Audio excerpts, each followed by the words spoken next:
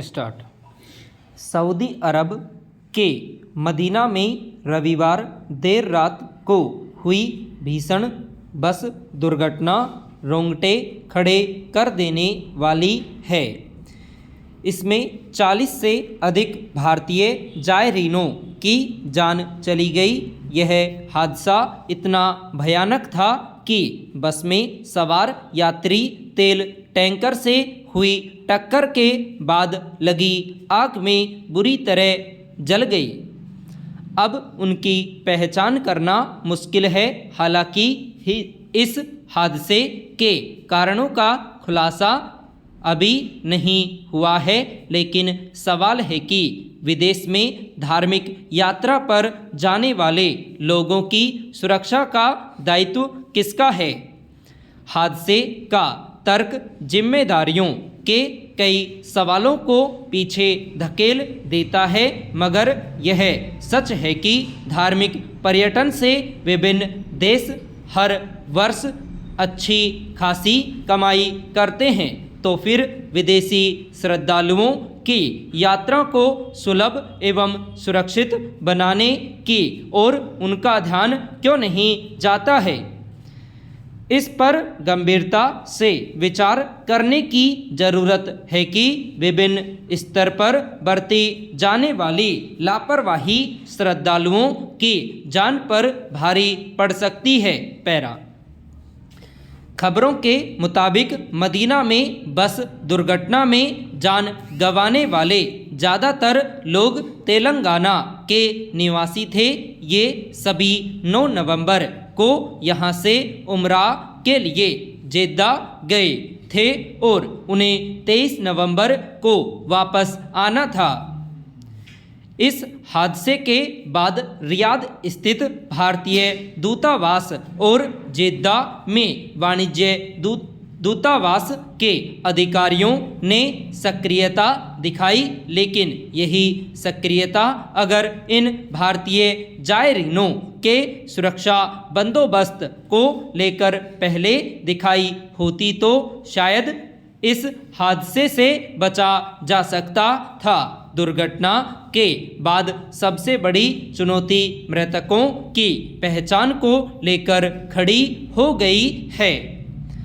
परिजनों को यह मालूम ही नहीं हो पा रहा है कि उनके परिवार के सदस्य जिंदा है या नहीं। कहा जा रहा है कि कई परिवारों के 4 से 7 सदस्य इस बस में सवार थे।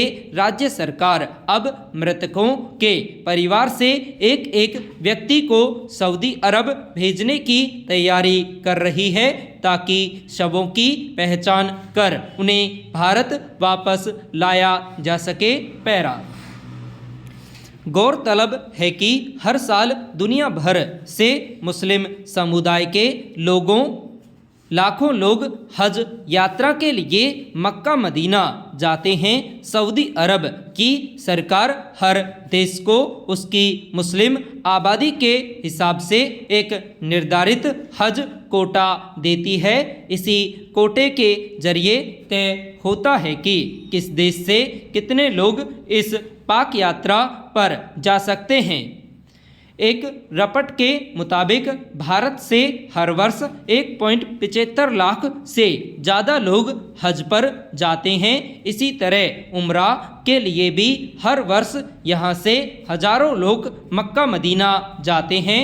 हज यात्रा वर्ष में एक बार होती है, जबकि उम्रा कभी भी किया जा सकता है, मगर इन जायरीनों के लिए सुरक्षा इंतजामों का अभाव साफ नज़र आता है।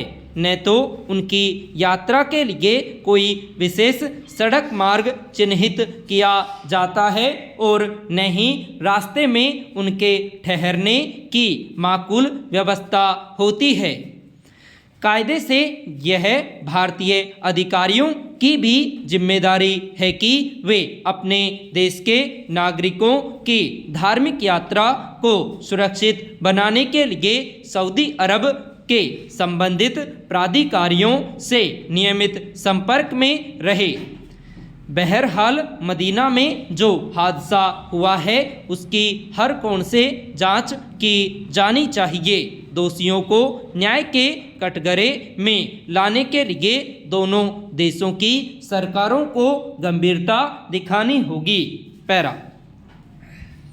किसी भी सरकार में मंत्री या अन्य उच्च पद पर बैठे व्यक्ति की यह अनिवार्य जिम्मेदारी होती है कि वह अपनी राय जाहिर करते हुए संयमित भाषा का इस्तेमाल करें। यूँ यह दायित्व सभी विवेकवान आम नागरिकों का भी होता है। लेकिन इससे बड़ी विडंबना क्या होगी कि कोई नेता सार्वजनिक रूप से भी ऐसी बात बोलने से नहीं हिचकता जो न केवल हर दृष्टि से अनुचित है बल्कि इससे खुद उसकी गरिमा भी कम होती है। मध्य प्रदेश सरकार में उच्च शिक्षा मंत्री ने राजा राममोहन राय के बारे में आपत्तिजनक टिप्पणी करते हुए यह सोचना तक जरूरी नहीं समझा कि वे न केवल उनके योगदान को खारिज कर रहे हैं बल्कि खुद अपनी समझ की सीमा भी जाहिर कर रहे थे।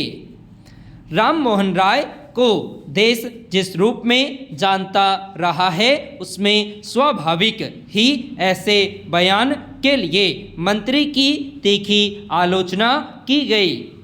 मामले के तूल पकड़ने के बाद भले ही मंत्री ने अपने शब्दों के लिए माफ़ी मांग ली लेकिन इससे एक बार फिर यही जाहिर हुआ है कि महज सुर्खियों में बने रहने के लिए कैसे कुछ नेता किसी मसले पर विवाद खड़ा करने से नहीं हिचकते। पैरा।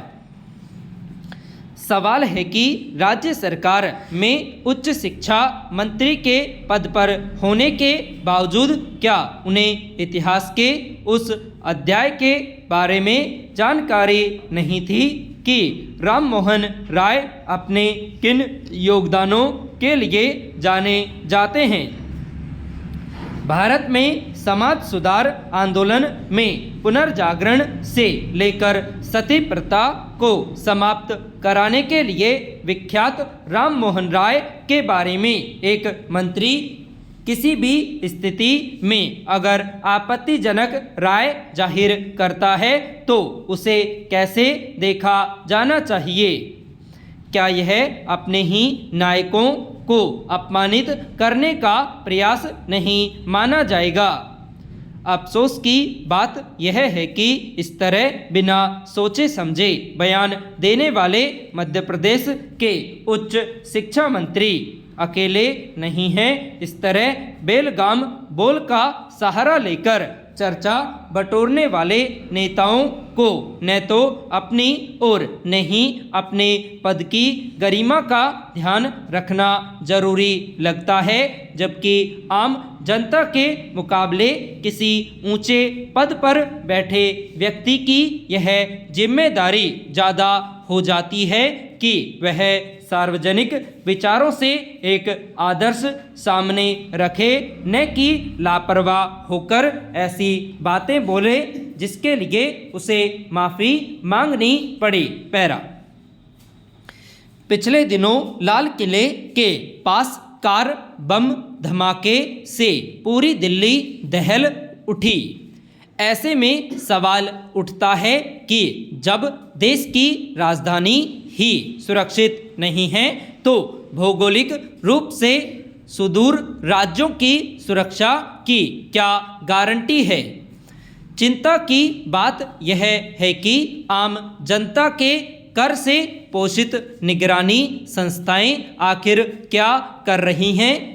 आतंक का मुख्य उद्देश्य हिंसा के माध्यम से देश की अखंडता को खंडित करना या फिर अपने विचारों को थोपकर उसे कठपुतली की तरह अपने इशारों पर नचाना होता है।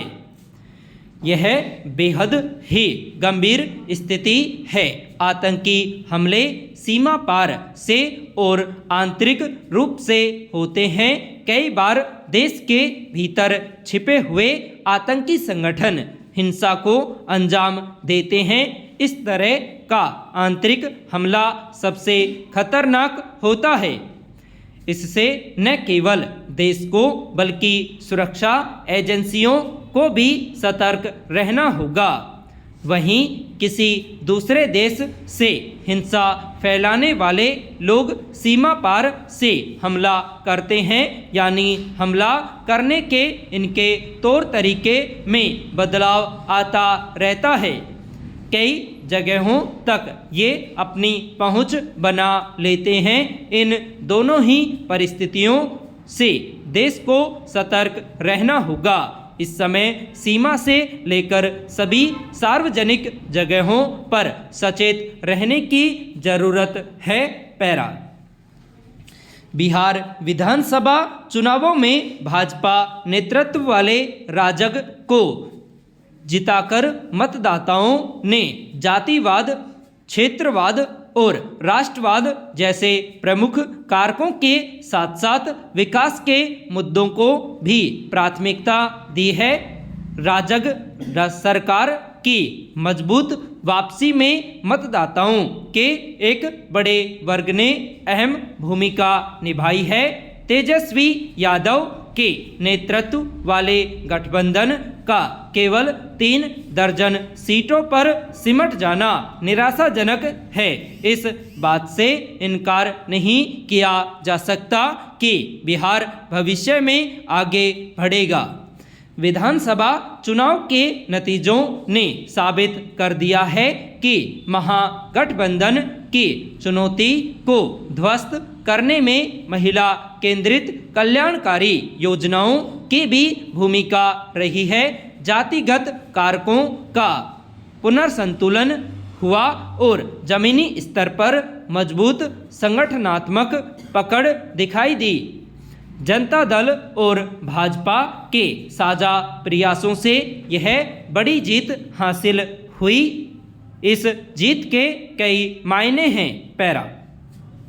हर इंसान अलग है, हर किसी की परवरिश, हर किसी की यात्रा अलग है, मगर विडंबना यह है कि सब भले ही अलग अलग हो लेकिन एक ही मानक पर पहुंचना चाहते हैं। यह मानक हर चीज़ के लिए तय किया गया है, जैसे सुंदर होने का मानक और सफल होने का मानक, यानी बहुत सारा पैसा कमाना, बड़ा घर होना और दुनिया घूमना। पर क्या यह सबके लिए सच में समान हो सकता है? क्या हमारा लक्ष्य सच में एक ही होना चाहिए? होना तो यह चाहिए कि हर किसी का अपना अलग मानक हो, जो अपने आप में अनोखा और खूबसूरत हो। यहाँ सब अलग अलग यात्राएं तो करते हैं, पर अंत में सब वहीं पहुँचते हैं जहाँ सबकी नज़रें लगी होती हैं। ऐसा क्यों नहीं हो सकता कि हर कोई अपनी अलग मंजिल तक पहुँचे और उस सफ़र में संतुष्ट भी रहे? एक ही मंजिल का भय इतना बड़ा है कि जिसने भी अपनी राह चुनी उसे तुलनाओं और आलोचनाओं से जकड़ दिया जाता है।